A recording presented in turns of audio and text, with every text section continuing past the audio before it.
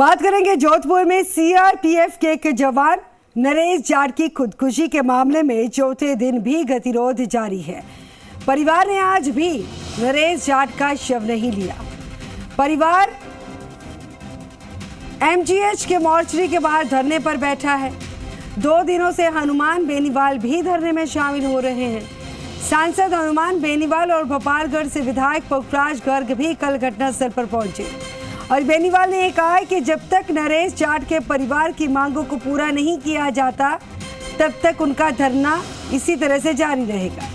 बता दें कि नरेश जाट ने सीआरपीएफ के अधिकारियों पर प्रताड़ित करने का इल्जाम लगाया था और खुदकुशी कर ली थी।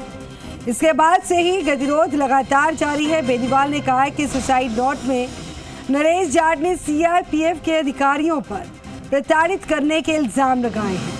इन आरोपों की जांच सीआरपीएफ के एडीजी स्तर से अधिकारी से करवाई जानी जरूरी है।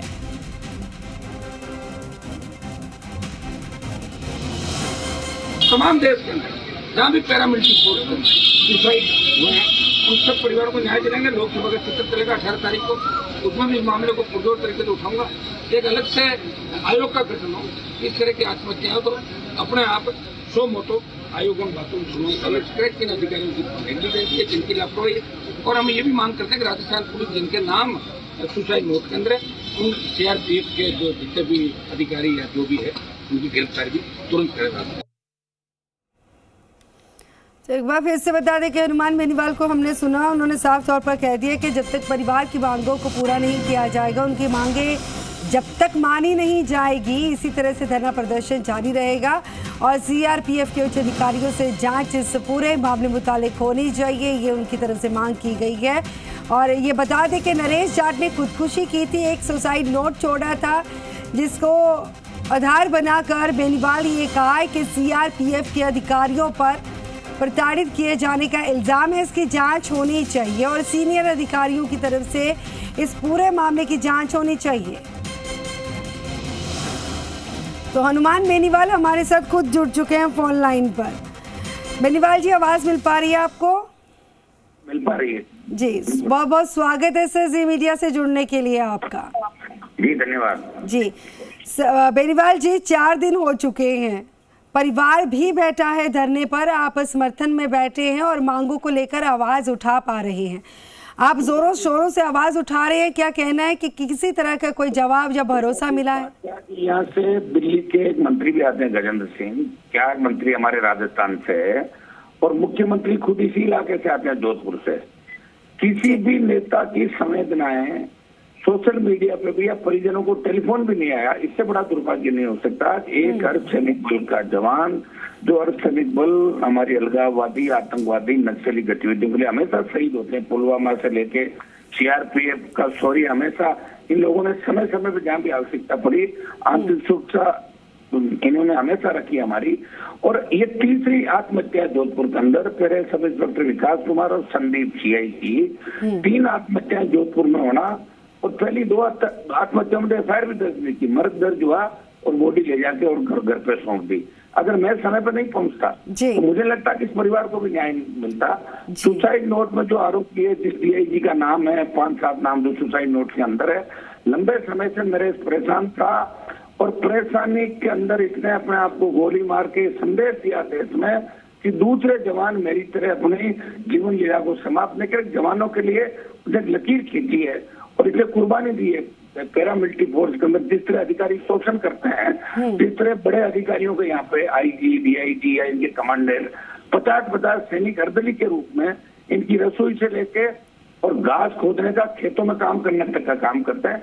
ये न्याय दिलाने के लिए मैं बैठा हूँ और 4 दिन हो गए ना स्टेट गवर्नमेंट परवाह कर रही है, दिल्ली परवाह नहीं कर रही है। एक आईजी को भेजा था जिसमें खुद पे भ्रष्टाचार के गंभीर आरोप है, उससे हमने बात नहीं करी इस मामले के अंदर। और हमारी मांगे अगर नहीं मानेंगे तो आज हम इस रूप को बदलेंगे और आवश्यकता पड़े तो हजारों लोग जोधपुर को घेरेंगे। इस मामले के अंदर हम आज इसका ऐलान करेंगे। जी, मांगे नहीं पूरी होने की सूरत पर क्या जो है आगे कदम रहेगा? अभी पिछली 27 तारीख को 2 लाख लोग इकट्ठे होते हैं जोधपुर में, ऐलान कर देंगे, हाईवे जाम हो जाएंगे और घेराव करेंगे जोधपुर का, जितना आवश्यकता पूरी ताकत लगा देंगे। आवश्यकता पर जो राजस्थान के अंदर ये आंदोलन चलेगा वो तेजी से इस जवान को और देश के जवानों को मैं न्याय दिलाऊंगा। एक तरीके से इतिहास बनेगा जोधपुर की धरती से कि दोबारा कोई भी पैरामिलिट्री फोर्स का जवान इस तरह आत्महत्या नहीं करे। एक आयोग बने, अगर इस तरह की आत्महत्या होती है, किसी को कोई परेशान करता है तो उसकी सो मोटो सुनवाइयां भी हो। कोई परेशान, क्योंकि आदमी परेशान होता है और अपनी बात करता है तो अधिकारी उसका बहुत पीछा करता है। कोई बीच में भी यहाँ सीआरपीएफ के कैंप के अंदर वो जवान मुझे मैसेज कर रहे हैं, चोरी छुपे बात भी कर रहे हैं, लेकिन सामने नहीं आना चाहता कि भाई वो हमारा असर भी ऐसा नहीं हुआ, विकास हुआ होता है। डर है कैंप के अंदर, भारी तनाव के अंदर है। कल कुछ सीआरपीएफ के जवानों से मैंने मोर्चरी के वहाँ बात करी तो कह रहे साहब न्याय दिला दो, हम सब बच जाएंगे। मतलब इतनी बड़ी विडम्बना आप बताइए इस देश के अंदर। हमें तो लगा था मोदी जी जाने के बाद सारा ठीक हो जाएगा, नहीं तो सादत रुक रही है। टीओडी और लेके आ गए, टीओडी के बाद देखना और हालात क्या होती है। अब देखिए हम विरोध कर रहे हैं टीओडी का भी इस मामले में। जी बेनीवाल जी, सीआरपीएफ के एडीजी स्तर के अधिकारी से आप मांग कर रहे हैं कि जांच होनी चाहिए इल्जामों की।